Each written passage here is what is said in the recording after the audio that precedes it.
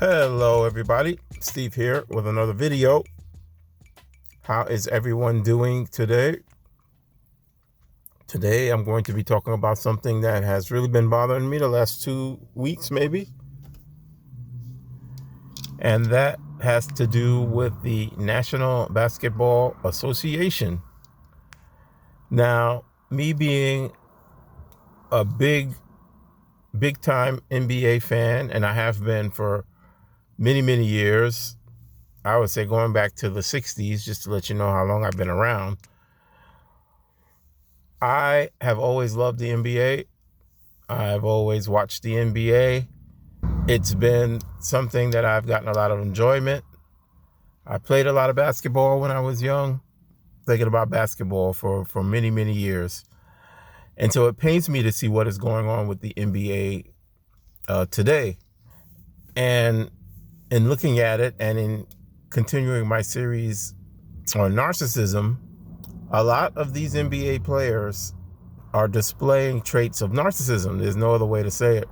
Now, in many cases, you might have seen it here and there throughout their career and throughout the seasons, but it apparently has been triggered by all of the stuff that has been going on, current events, when people that have had altercations with the police. And of course, the Floyd situation was the catalyst for a lot of this. But unfortunately, these guys in the NBA, and I must also say the WNBA as well, is a big part of this, have not really thought things through.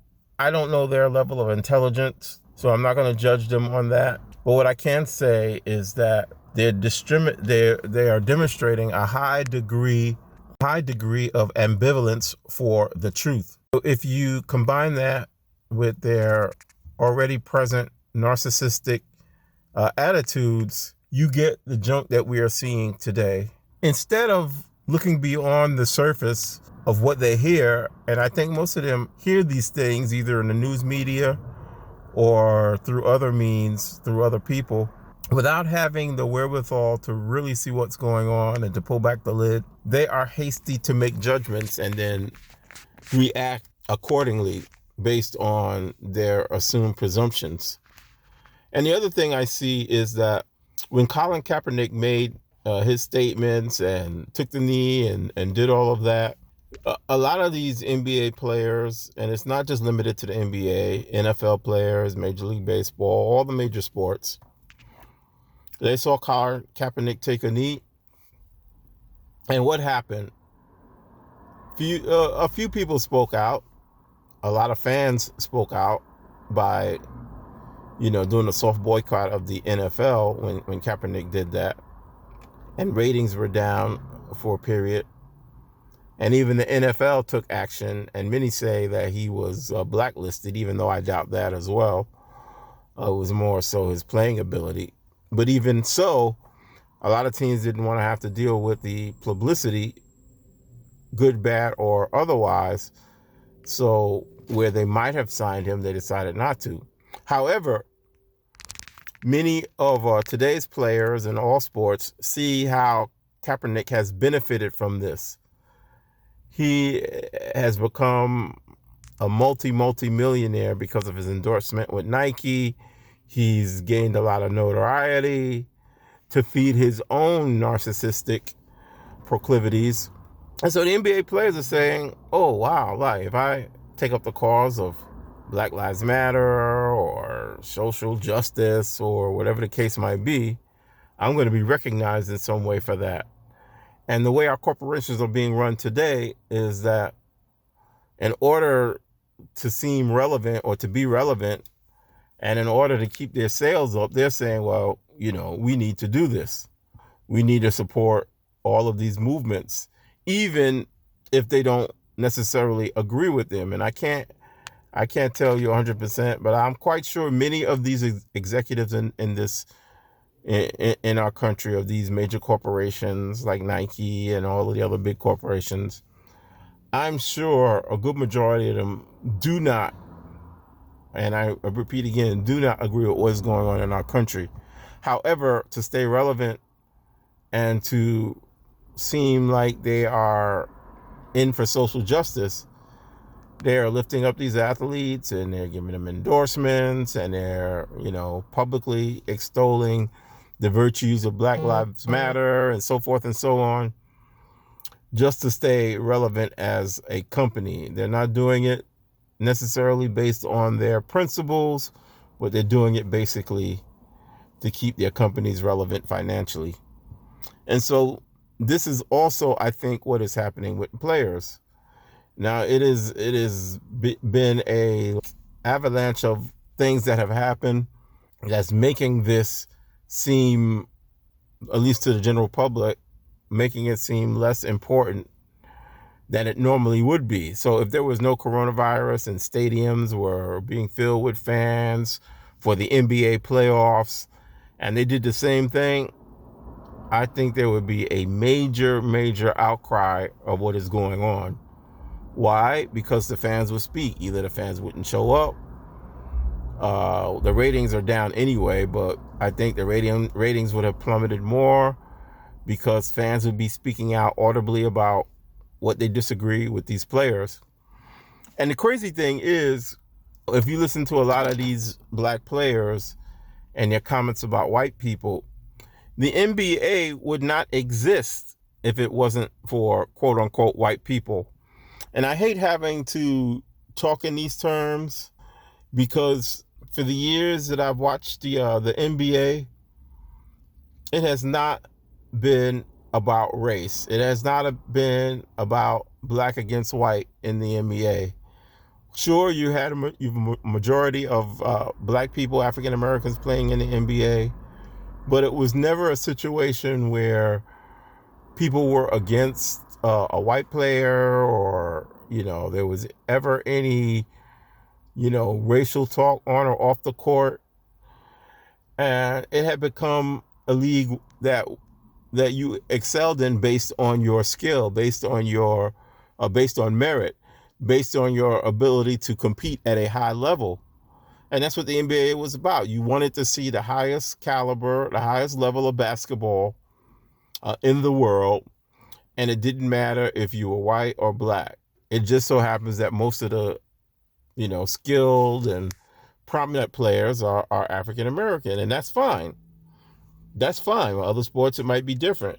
But for the NBA, most of the players, skilled players, and the top talent tends to be African American, and nobody had a problem with that. White people would pay top dollar to see these athletes perform, not because they were black or not because they, were white or any other. They paid to see great basketball played at the highest level. Now, the NBA wasn't always like that. It was predominantly a white sport because at the time in our country, in the 40s, 50s, we had a lot of segregation. We had a lot of racism. We had a lot of ignorance. But somewhere in the 50s, that began to change. And black people soon flooded the NBA. And the league soon realized that they were talented individuals who could play at the highest level. And from that point on, the NBA became more and more African American. And these guys demonstrated by their own skill and ability to play at the highest level that they were worth it, that they were worthy to be in the league and to dominate the league.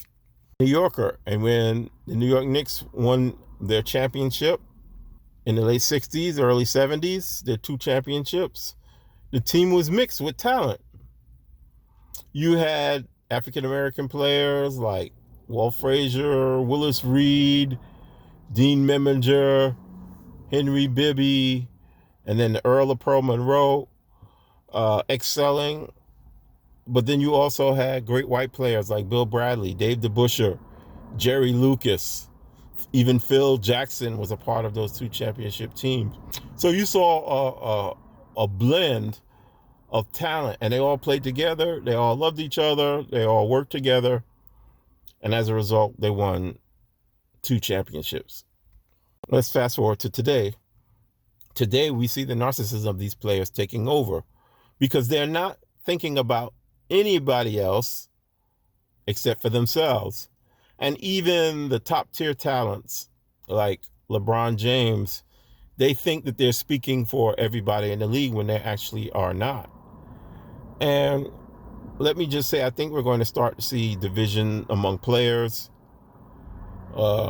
Because if you really look at it, like I said before, if it wasn't for white folks, white ownership, I think Michael Jordan might be the only African-American owner. But I think even he recognizes that in order for the NBA to be successful as it has been, it takes all people. It takes the players, it takes owners, it takes, everybody, sportscasters to kind of work together to make the sport great. But when you start segregating these people, I mean, they don't even call them owners anymore. I forgot, what's the term that they use? Oh yeah, they call them governors now. Actually, that's another tactic these people use. They try to change the language to meet their own crazy perception. If you're an owner of a team, it means that you own a stake or the majority stake in the team. You are the top dog. You are the one who calls the shows. You're the one who pays the checks. You are the one who manages the business affairs of the team to keep it viable. But no, these guys are so woke that they get offended and triggered by the word owner because they equate it to, slave owners and all of that. And if I was the owner, I would be highly offended to equate me with something that happened hundreds and hundreds of years ago. And, even if I have lived an outstanding life, not shown any kind of prejudice or, racial exclusion, yet I'm being lumped in because of a word owner. I'm being lumped in as someone who oppresses black people. And to tell you the truth, this really, as a black person myself, this really embarrasses me that we have come to this set in time in history where these things are being thrown on us, and we as a people are just soaking it up, hook, line, and sinker. It is destroying professional sports, and I certainly think it is destroying the NBA, the sport that I love, that I grew up on.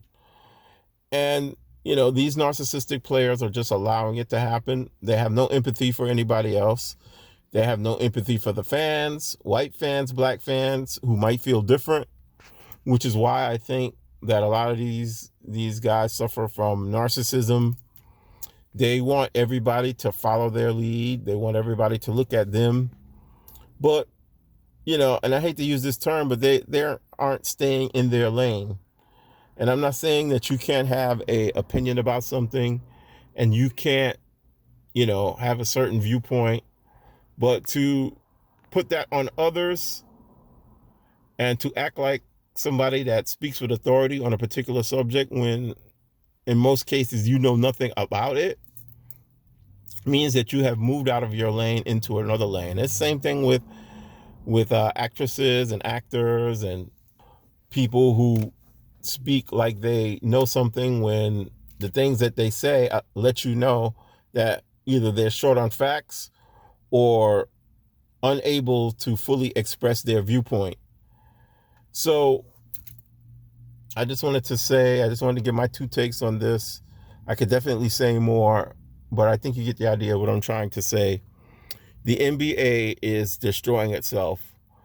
And if in the fall, early winter, when the league starts back again and fans are able to come, you're going to see not only a marked dip in attendance, but the fans that do go are going to let the players know of their disapproval over what is going on. I mean, you'll have a subset of people who will be glad to support them and who agree with them on principle. But I would say the majority of people, especially white people, who, if you look at the crowds, they're the ones who are mostly at the games. They are the ones who sponsor most of these NBA players. They are the ones who run 99% of the teams. Like I said, I think, if I'm wrong, Michael Jordan is the only black owner. you're going to see a precipitous decline in the amount of interest in the NBA. And that's a shame. I don't want that to happen, but based on the actions of these players, based on their short-sightedness, we're going to see a big decline in the NBA. And the other thing I haven't even touched on is the role of China in all of this, and how China's insidious nature is affecting the NBA and many of these major corporations that agree with the Black Lives Matter movement.